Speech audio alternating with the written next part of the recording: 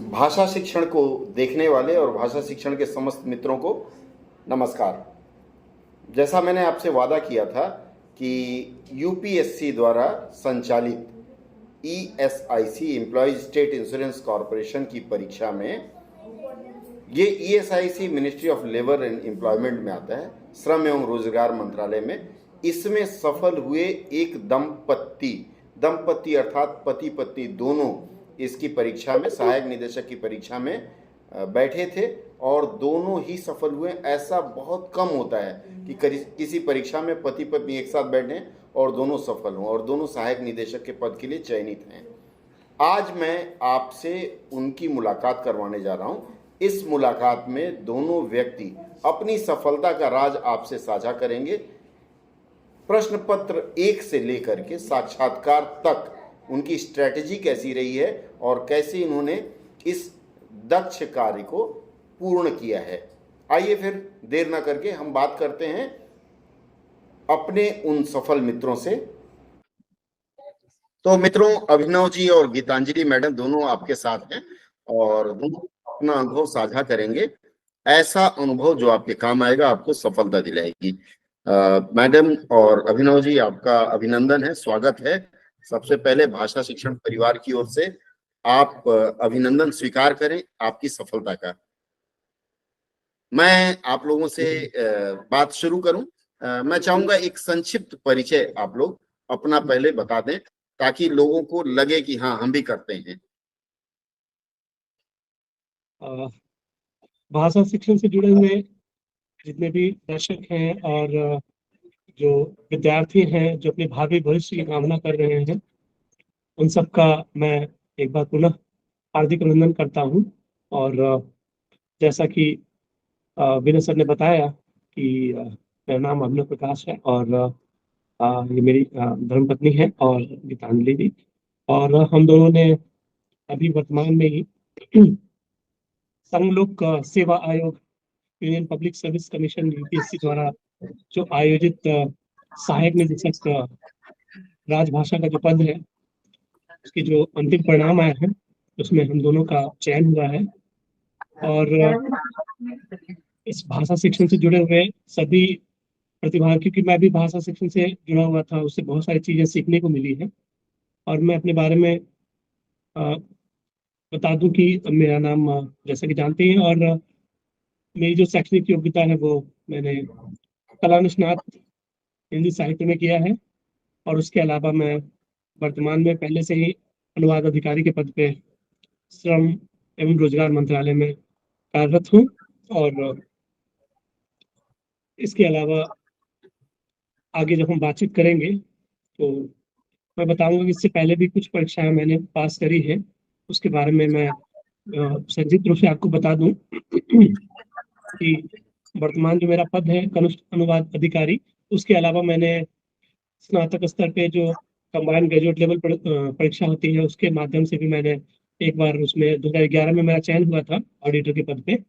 उसके अलावा Indian bank में बैंक पीओ पे और एलआईसी में डबल एओ असिस्टेंट एडमिनिस्ट्रेटिव ऑफिसर। उसके अलावा फिर कुछ कुछ एक जैसे कि टिकट कलेक्टर भोपाल में और कर्मचारी राज्य बीमा निगम में पहले एक अपर डिवीजन क्लर्क के रूप में मेरा चयन हुआ था। बाकी हम बात करेंगे उस पे उसके बारे में। और मैं अपनी पत्नी से निवेदन करूंगा कि वो भी कुछ बताएं। मैं तो सर दिल्ली के एक छोटे से गांव से पढ़ी लिखी हूँ। कटेवड़ा है जिसका नाम। और सरकारी स्कूल से पढ़ी हूँ, तो लेकिन पढ़ाई की काफ़ी सुविधाएं उपलब्ध थी। 4 स्कूल थे हमारे, एक तो 2 प्राइमरी अलग अलग लड़कियों के लिए भी और लड़कों के लिए भी।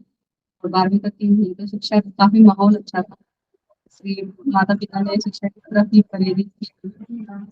तो मैंने 10वीं और 12वीं तो दिल्ली के सरकारी स्कूल से ही की है। अभी मैंने ग्रेजुएशन किया है दिल्ली विश्वविद्यालय से। इसके पश्चात मैंने दिल्ली विश्वविद्यालय से ही पोस्ट ग्रेजुएट डिप्लोमा किया था एडमिशन में। उसके पश्चात फिर मेरा चयन हो गया कर्मचारी राज्य बीमा निगम में कनिष्ठ हिंदी अनुवादक के पद पर। इसके पश्चात मैंने 3-4 साल बाद अपनी 2016 में की है एमए किया हिंदी में तीनों विश्वविद्यालय से। के पश्चात में अभी मैंने इसके बाद मैंने कोई परीक्षा नहीं दी।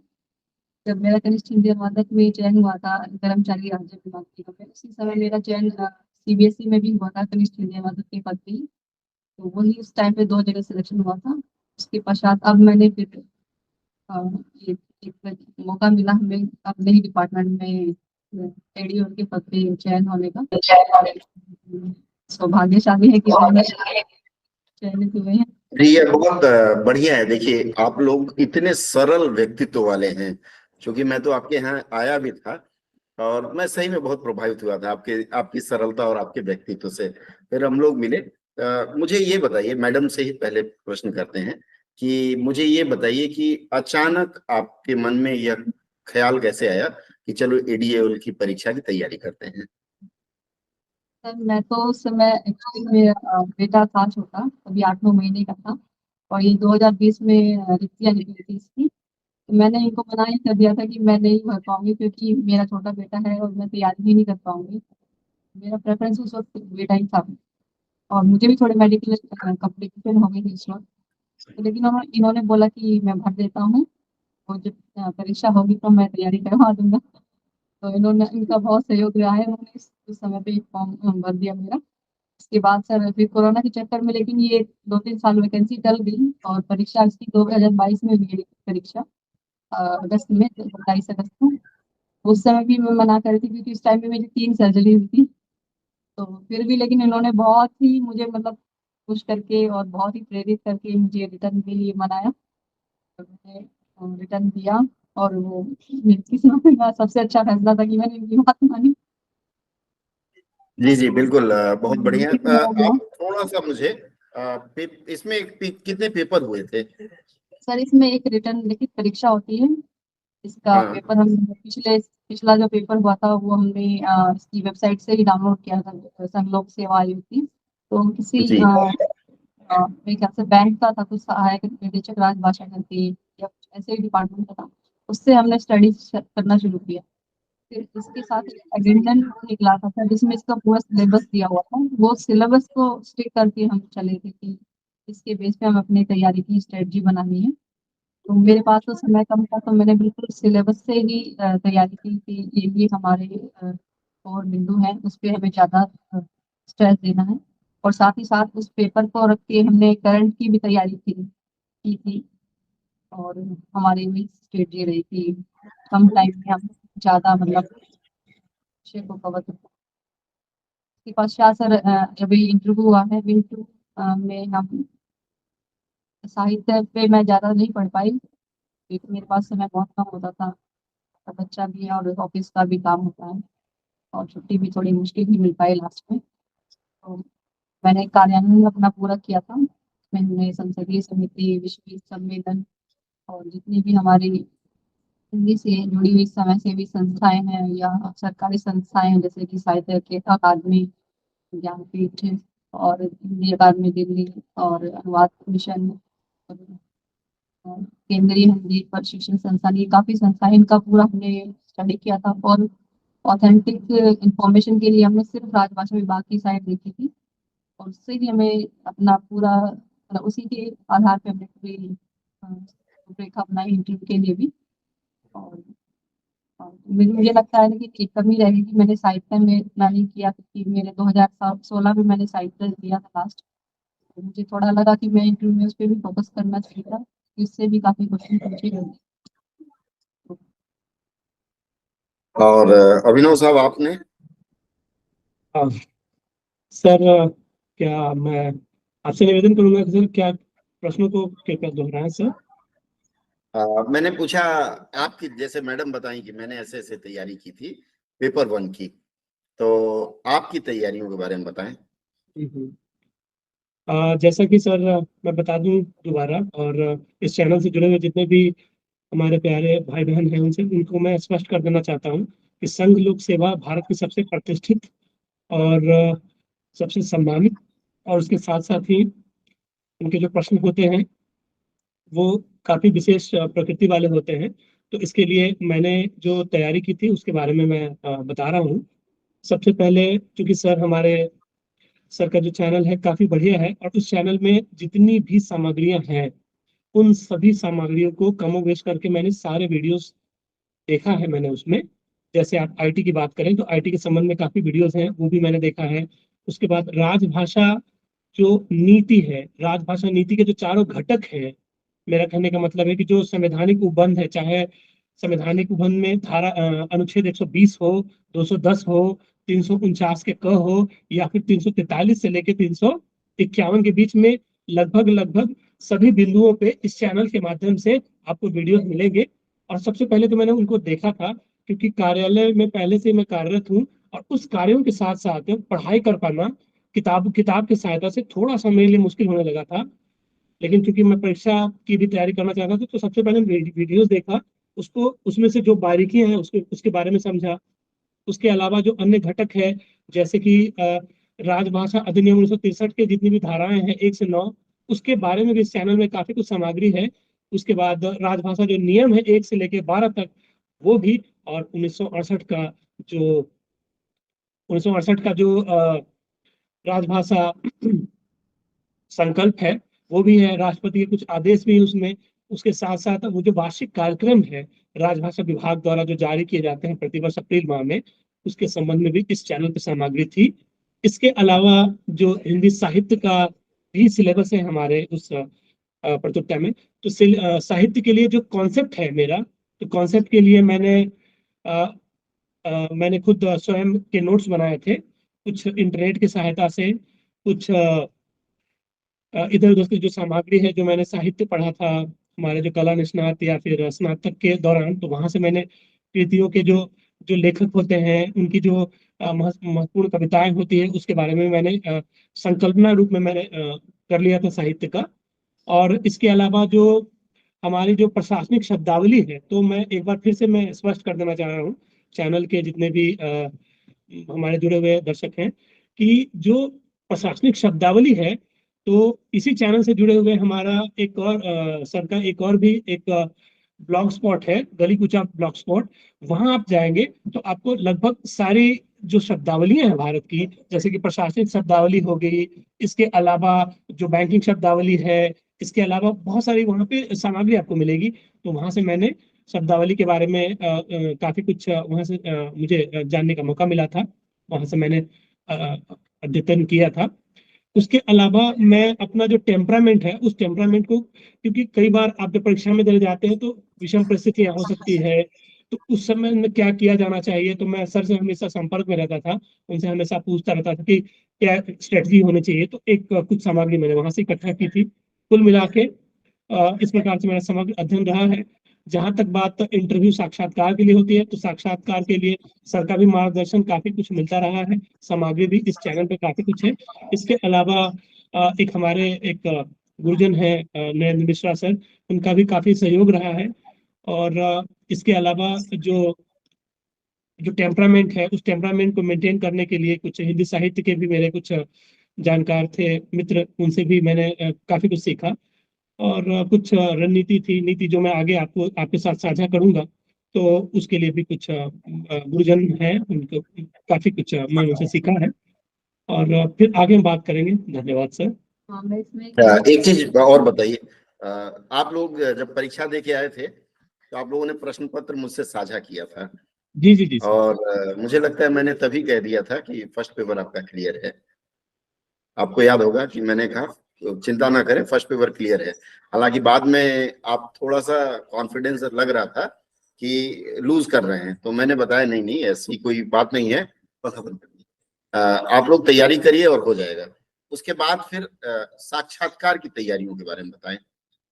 जी जी साक्षात्कार के समय में इन्होंने एक ग्रुप बनाया था, जिसमें हम लिखित परीक्षा में हमारे ही संगठन के 3 व्यक्तियों का हमने समूह बनाया था। और उसमें हमारे गुरुजी श्री नरेंद्र मिश्रा जी, उन्होंने हमें पूरा सहयोग दिया, पूरा मार्गदर्शन प्रदान किया। और लगभग रोज वो हमारी कक्षा लेते थे ताकि हमें गाइड कर सकें। और उनसे हमें बहुत कुछ सीखने को मिला। और सर विनेश शुक्ला सर ने भी हमें काफी सहयोग किया आईटी के बारे में। और मैं हमारे एक और गुरु जी का नाम लेना चाहती हूँ, जी श्याम सुंदर कचेरिया जी, हमारे एक बार मॉक इंटरव्यू का के लिए टाइम निकाला सर, और इनके दोस्त जो भी हैं पूरी साइड से उन्होंने भी हमारी किसी क्लास ली थी। काफी मतलब बहुत से लोगों ने हमें इसमें सपोर्ट दिया, अपना ज्ञान का भी तो साझा किया। साक्षात्कार के लिए वही मुझे लगता है कि हमें जवाब कैसे देना चाहिए, तो ये रणनीति का मैंने एक चीज बताइए मुझे, सर। बीच में रोक रहा हूँ। चूंकि सबको पता है पति पत्नी है, तो इंटरव्यूअर को भी पता रहा होगा, पैनल में बैठे लोगों को पता रहा होगा, तो आपसे उन्होंने क्या पूछा? ऐसा प्रश्न तो आया ही होगा। नहीं सर, नहीं। शायद उनको नहीं पता होगा कि हम पति पत्नी हैं, क्योंकि मेरा सुबह वाले सेशन में था, इनका शाम वाले में था, तो मैं लेके आ गई थी, इनको भी बाद में जाना था, तो उन्होंने इस बारे में पूछा नहीं कि आपके घर में कौन कौन है, ऐसा कुछ नहीं पूछा। और सीधे उन्होंने मुझसे, जैसे मैंने किया इंटरव्यू रूम में, तो उन्होंने मुझसे सर आप ये कर्मचारी राज्य बीमा निगम के बारे में पूछा कि निगम क्या काम करता है, तो मैंने उसके बारे में बताया कि ये हमारा जो संगठित क्षेत्र के कामगार हैं उनको रोजगार चोट या अनिश्चितताओं में बहुत सारे लाभ प्रदान करता है। वो मैंने उसके बाद सर जी। कुछ देख सकते हैं, उन्होंने मुझे वोकैबुलरी से क्वेश्चन पूछा कि डिस्पोज का क्या अर्थ है, और उससे कुछ वाक्य बनाइए इस करके। और फिर उन्होंने मुझसे पूछा कि जूलॉजी और जियोलॉजी में क्या अंतर है। और एक उन्होंने पूछा कि उपसर्ग और प्रत्यय में क्या अंतर है। ये मुझे क्वेश्चन नहीं आ रहा था, क्योंकि मैं ग्रामर तो बिल्कुल नहीं तैयार किया था, लेकिन फिर भी मैंने जितना अपना अनुभव उस हिसाब से मैंने जवाब दिया इसका। और कई और क्वेश्चन पूछा, फिर उन्होंने पूछा कि बीमा के बारे में आप क्या जानते हैं, उससे वोकैबुलरी के बारे में पूछा। मैंने कहा सर मेरा क्योंकि चिकित्सा क्षेत्र से संबंधित है, तो मुझे उसी के उसी की तरफ जानकारी पा रही थी, मैंने बीमा का नहीं किया है। तो उन्होंने चिकित्सा से संबंधित कुछ जो वर्ड ट्रांसलेट कराए, जैसे कि सर्जरी को क्या कहते हैं, लिवर को क्या कहते हैं, गुर्दे को क्या कहते हैं, इसे लगते हैं। और फिर एक दूसरे सर थे, उन्होंने मुझसे पूछा कि असहिष्णु का क्या अर्थ होता है, लाजमी के लिए हिंदी वर्ड क्या होता है। और एक उन्होंने सेंटेंस दिया था कि the chairman has kept his cards to his chest, close to his chest, वो पूछा उसका। और एक दो मुहावरे पूछे थे कि अजब लगरी छलकत जाए, इसका क्या करेंगे। और फिर एक empty vessels make much noise, जैसे करके। और ऐसा पूछे, फिर उससे दो क्वेश्चन और पूछे थे कि दिल्ली की राजभाषाएं क्या है, राजभाषा क्या है। और एक नियम 12 के बारे में पूछा था। फिर सर मैम ने पूछा था मुझे साहित्य के बारे में, जो मैम थी, तो लेकिन साहित्य मेरा बिल्कुल भी तैयार नहीं था, तो इसलिए मैं थोड़ा सा वहाँ पे मैंने लेकिन सही सही बोल दिया सर मैम मुझे नहीं आता है। तो उन्होंने मुझे फिर फिर भी मतलब कोशिश की, उन्होंने कई क्वेश्चन पूछे मुझसे। फिर मैंने नहीं, क्योंकि मुझे पढ़ के ही नहीं गई थी ज़्यादा, मुझे ऊपर ऊपर ओवरव्यू सा पता था। उन्होंने मुझे 2 पोएम सुनाई, मुझे वो आती ही नहीं थी, वो बहुत पहले पढ़ी थी, लेकिन ये नहीं पता था कि उनका क्या वो है उस टाइम पे। फिर भी मैंने उनको बिहार का एक दोहा सुनाया था। और फिर उनसे पूछा कि उन्होंने पूछा कि बिहारी और चंद में क्या अंतर है, वो दोनों समकालीन थे, तो वो भी मैं नहीं बता पाई। तो मैम ने खुद बताया कि एक श्रृंगारी कवि थे, एक वीररस के कवि थे, तो वो मैंने बता दिया कि मैम जी वीररस के कवि थे और बिहारी जी श्रृंगार के कवि थे। तो फिर मैंने बताया कि भूषण जी की किताब है शिवा बाहुली, वो मुझे याद था। हो गया, हो सकता है एक इसके चीज अंदर बताइए, शिवा। आपके आपके कार्यालय में अ, संसदीय समिति आई थी, शायद मैंने सुना था। संसदीय समिति जब आती है तो हाँ जी। राजभाषा में जो लोग काम करते हैं, पूरा शुरू से अंत तक सारे नियम वगैरह उसके अनुसार कागजात तैयार रखना पड़ता है, उनकी जो प्रश्नावली होती है। संसदीय समिति जब आपके यहाँ आई थी, तो उससे आपके इंटरव्यू में या साक्षात्कार में क्या सहयोग मिला? मतलब संसदीय समिति के समक्ष प्रस्तुति देने तक में कुछ ना कुछ तो आपके इस साक्षात्कार पर भी प्रभाव पड़ा होगा। तो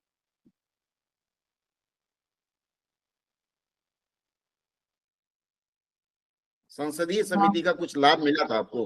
हाँ जी सर, पहले एक्चुअली सर हम जैसे काम करते हैं, हमें कोई विभाग में जाते हैं, तो हमें फॉर्मल कोई ट्रेनिंग नहीं होती है।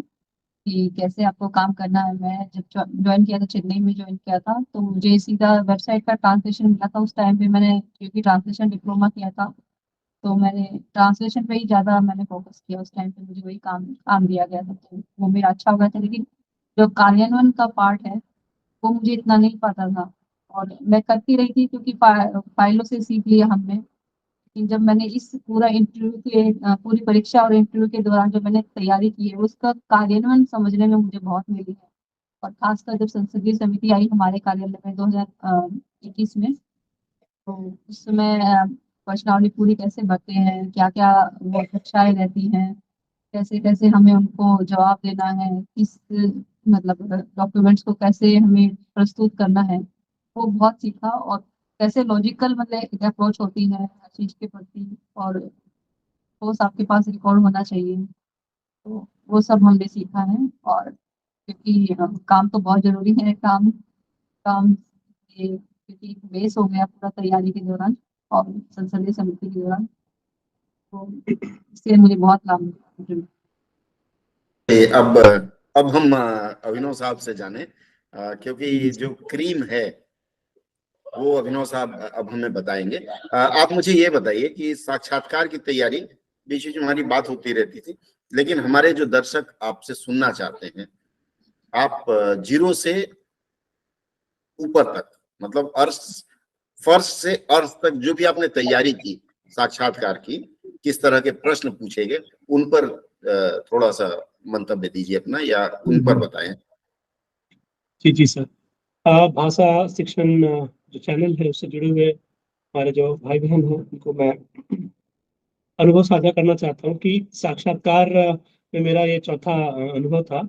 इससे पहले मैंने संग एसएससी की जो स्नातक स्तर की जो ग्रेजुएट लेवल की परीक्षा होती है, वो मैंने 2011 में एक साक्षात्कार दिया था। दूसरा हमारे ही ऑर्गेनाइजेशन में सामाजिक सुरक्षा अधिकारी के जो पद है उसका भी साक्षात्कार दिया था।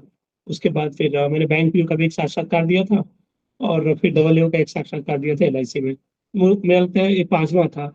लेकिन इससे पहले के जो साक्षात्कार हुए थे वो मुझे जहाँ तक मुझे याद है कि वो 50 से नीचे ही आए थे मार्क्स 100 में।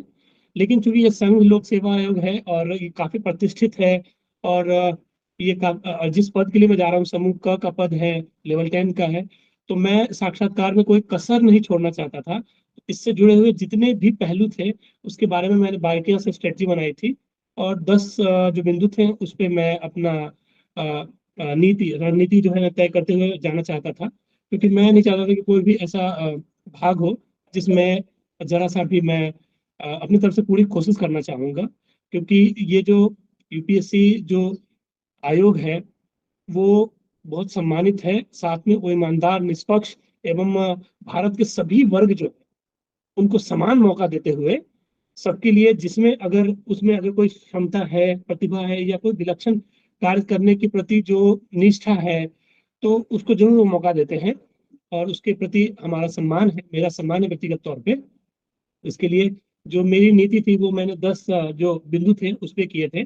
जैसे मैं जो कार्य करता हूँ, जो मेरा पहले से पेशा है, उसकी जितनी भी बिंदुएं हैं, जैसे आप वार्षिक कार्यक्रम जब राजभाषा का देखेंगे तो उसमें लगभग सारे बिंदु आपको मिल जाएंगे।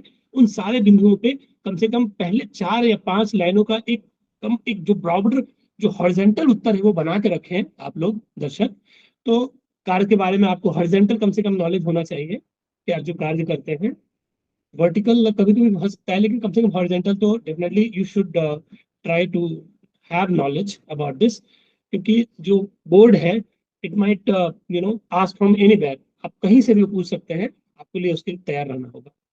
जहां तक बात आईटी सेक्टर द्वारा कुछ जो हमारे आईटी टूल्स हैं उसके लिए हैं, तो अब राजभाषा की वेबसाइट है, वहां से आपको मिल जाएंगे, और उसके जो नोट्स हैं उस नोट्स के आधार पे संक्षिप्त वीडियो आपको भाषा शिक्षण पे मिल जाएगा। तो उससे मुझे काफी लाभ हुआ। और जो तीसरा जो पक्ष है वो है कि जो राजभाषा नीति है कि चारों जो घटक है, जो मैंने पहले भी आपको जिक्र किया था कि संवैधानिक उपबंध हो गए, वहां से आपको बेयर एक्ट मिल जाएगा, उसके बारे में आपको अध्ययन होना चाहिए। उसके बाद राजभाषा संकल्प है, राजभाषा नियम और राजभाषा अधिनियम। ये चारों के बारे में राष्ट्रपति आदेश भी, कुछ कुछ महत्वपूर्ण बिंदु आपको जरूर दिमाग में रख के जाना होगा।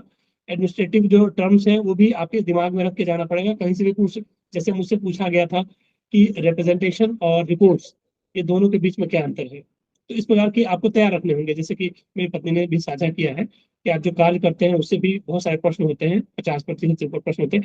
हिंदी साहित्य के बारे में जब हम बात करेंगे तो हिंदी साहित्य में जो चारों कालखंड हैं रामचंद्र शुक्ल जी की जो है चारों खंड, जैसे कि आदिकालीन हो गया, भक्तिकालीन हो गया, उसके बाद रीतिकालीन हो गया और आधुनिक काल हो गया। तो इन चारों के जो ब्रॉडर कॉन्सेप्ट है, कम से कम कॉन्सेप्ट आपको पता होना चाहिए कि आदिकालीन की जो प्रवृत्तियां होती थी उसके बारे में कम से कम 4 या 5 बिंदु आपके पास अवश्य होने चाहिए। आपके जो प्रिय कवि हैं, वो जो प्रिय कवि है उसकी 1-2 रचनाएं आपको अवश्य, मुझसे भी कई सारी रचनाएं पूछी गई थी, तो आपको अवश्य तैयार रहना चाहिए। ऋतुकालीन में भी कम से कम बिहारी के बारे में तो आप बिल्कुल पढ़ के जाएं। ऋतुकालीन का कालखंड, उसकी प्रवृत्तियां क्या है वो जरूर करके जाएं। स्वर्ण काल है जो हमारा भक्ति काल, उसके बारे में भी आपको चारों जो है सगुन काव्य धारा है उसके जो दो धाराएं निकलती है वहां से आपको पढ़ के कम से कम ब्रॉडर जो हॉरिजॉन्टल जो बेसिक संकल्पना है वो तो तैयार करके जाना चाहिए दर्शकों। और उसके अलावा जब हम बात करते हैं आधुनिक में, तो आधुनिक में भी आपको कम से कम जो वाद है, जैसे कि भारतेंदु युग है, उसके बाद फिर द्विवेदी युग है, उसके बाद प्रगतिवाद, प्रयोगवाद, इसके बारे में कम से कम एक 4 या 5 जो है ना पॉइंट्स आपको जरूर दिमाग में रखने चाहिए। और 1-2 कवियों के नाम, जैसे मुझसे पूछ लिया गया था नागार्जुन जी के बारे में कि ये कौन से काव्य धारा के हैं, तो इस प्रकार की चीजें आपको जरूर रखना चाहिए ध्यान। उसके बाद नई कविता है, प्रयोगवाद है, उसके बारे में थोड़ी बहुत आपको जरूर जानकारी होना चाहिए, क्योंकि आपने साहित्य में कला निष्णात भी किया है, स्नातक भी किया है। आप चाहे कोई भी बैकग्राउंड से हो, कम से कम बैकग्राउंड में बेसिक चीज आपको जरूर पता होनी चाहिए, क्योंकि जिस परीक्षा के लिए जा रहे हैं वो प्रतिष्ठित है और आप इसके बारे में जानकारी होनी चाहिए।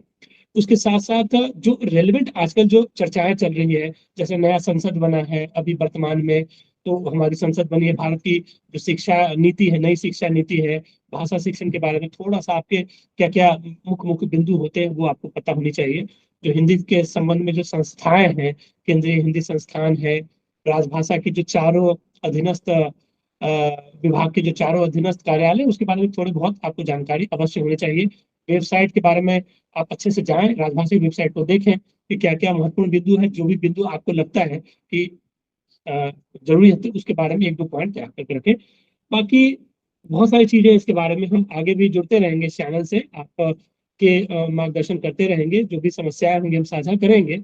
और सर भी जुड़े हुए हैं, लेकिन शौक की बात एक ही है कि आप एक महत्वपूर्ण बात है कि ये जो चैनल है, इस चैनल के जो वीडियोस हैं, इस वीडियोस को आप एक तरह से ना एक ब्रह्म जो लाइन खींच के रखिए, इसको जरूर आप देखें। और इसमें बहुत सारी चीजें आपको ना सीधे सीधे आपको मिलेंगी। और कुछ गुरुजनों का आशीर्वाद भी है मेरा, जैसे कि गीतांजलि निर्णय नरेंद्र मिश्रा सर हैं, विनय कुमार शुक्ला सर हैं, और मुख्यालय से भी जुड़े हुए श्याम कुमार सर हैं, उनका भी मुझे समय समय पे मिला है, कथुरिया सर है उनका भी मिला है, और भी बहुत सारे जो लोग हैं मेरे जुड़े हुए समय समय पे, जो एक विषय विशिष्ट पे जब हम आएंगे तो और भी बहुत सारी चीजों पे हम चर्चा करेंगे। तो मुझे लगता है कि काफी वीडियो लंबा हो जाएगा, उसके लिए क्षमा प्रार्थी हूँ। मुझे लगता है सर मैं जुड़ूंगा सर। जी सर। सर जी, आवाज मुझे लगता है हाँ। सही कह रहे हैं। लेकिन चूंकि लोग जुड़े हुए हैं और बड़ी अपेक्षाएं हैं, एक चीज और व्यक्तिगत सवाल मैं पूछना चाहूंगा आपसे। जी जी बिल्कुल सर। पति पत्नी दोनों एक साथ परीक्षा दे रहे थे, क्या किसी स्तर पे ऐसा लगा कि हम दोनों एक दूसरे के प्रतिद्वंदी ही हैं, और नहीं नहीं उसको नहीं या उसको नहीं, मुझे ही आना चाहिए, ऐसी भावना कभी आई क्या आपके अंदर? कि सर ऐसा कभी नहीं हुआ, बल्कि इन्होंने हमेशा मुझे प्रेरित किया है कि आप करो। मेरे पास क्योंकि छोटा बच्चा है, समय कम होता था, तो जो चीजें मैं नहीं पढ़ पाती थी, मुझे काफी उन्होंने मुझे मदद की है। और तो मुझे लगता है कि इनको जानना चाहिए, वो शेयर करती थी, और हम 1 मिनट भी हमें नहीं लगा कि हम एक दूसरे को मतलब प्रतिनिधि है, बल्कि हम एक दूसरे को जितना सहयोग दे सकते हम देते हैं। और मुझे लगता है कि अभिनव साहब, आपके मन में क्या लगा? अच्छा ये चिंता भी हो जाए तो मैं काफी खुश हो जाऊंगी। सर, जैसा कि सर मैं पहले भी स्पष्ट कर चुका हूँ सर कि हमारे पास पहले से काफी संख्या में पद थे, और हम लोग सिर्फ 2 ही हैं। तो वैसी ना तो भावना कभी उठी सर, और उठनी भी नहीं चाहिए, क्योंकि पद काफी ज्यादा थे और हम लोग सिर्फ 2 ही थे। तो मुझे लगता है सर कि ऐसा मतलब कभी ऐसा नहीं लगा सर कि प्रतिस्पर्धा वाली बात है। और मैं तो हमेशा मैंने ये महसूस किया है सर कि धर्मपत्नी है और साथ में उनका भी काफी सहयोग रहा है, जैसे हमारा एक पुत्र भी है। और और पारिवारिक जिम्मेदारी बहुत सारी होती है सर, कार्यालय की जिम्मेदारी हमेशा एक जीवन संगिनी के रूप में रही है। तो मुझे कभी ऐसा लगा नहीं सर, मैंने हमेशा अपना सर्वश्रेष्ठ देने का प्रयास किया है। मेरी जो हमेशा जो संघर्ष रहा है सर, जो कल मैं था उससे जो आज मैं कैसे अपने आप को बेहतर कर पा रहा हूँ, उसी से मेरा प्रतिस्पर्धा रहा है हमेशा से। ना मेरा कोई मित्र से प्रतिस्पर्धा रहा है, ना कोई प्रतिभागी से प्रतिस्पर्धा स्पर्धा रहा है। मैंने कभी प्रतिस्पर्धा माना नहीं। स्वस्थ एक मेरा स्वयं से एक प्रतिस्पर्धा था कि कल से अपने आप को कैसे मैं बेहतर कर पाऊँ। और ऐसा ही रहा है सर, जैसा कि इसने भी बहुत मुझे मदद की है। बहुत सारे नोट्स हैं जी जी। जो उन्होंने साझा किए, कभी मुझे ऐसा नहीं लगा सर। वैसे मित्रों, मैं आपको बताऊं कि इसी को कहते हैं रब ने मिला दी जोड़ी, या फिर मेड फॉर ईच अदर। और मैंने ऐसा देखा है कि प्रतियोगी परीक्षाओं में अक्सर पति पत्नी एक दूसरे के विरुद्ध हो जाते हैं, अरे उसको नहीं। लेकिन यहाँ जो सहयोग मैंने आप दोनों के बीच देखा, नमन के काबिल है। और मैं ऐसे ही मैं चाहूंगा कि समय समय पर हमारे मित्रगण या भी जो भी दर्शक देख रहे हैं, प्रतिभागी देख रहे हैं, अगर कोई सहयोग चाहे, क्योंकि हर व्यक्ति से जिससे मैं बात करता हूं उनसे कम से कम इतना कबूल कराता हूं कि अगर कोई आपसे कहे कि सर आपके नोट्स की पीडीएफ मुझे दे दें, तो मुझे लगता है आप जैसा व्यक्ति तो मना नहीं करेगा। जी आपसे हाँ बिल्कुल। सुनना चाहता हूँ। हाँ बिल्कुल सर, बिल्कुल सर। मैं अपने चाहते हैं कि जो भी मेहनत करे जो वो हमेशा डिजर्व करता है, और जो जी मतलब मेहनत करता है उसको हमेशा अपनी मेहनत का फल जरूर मिलता है।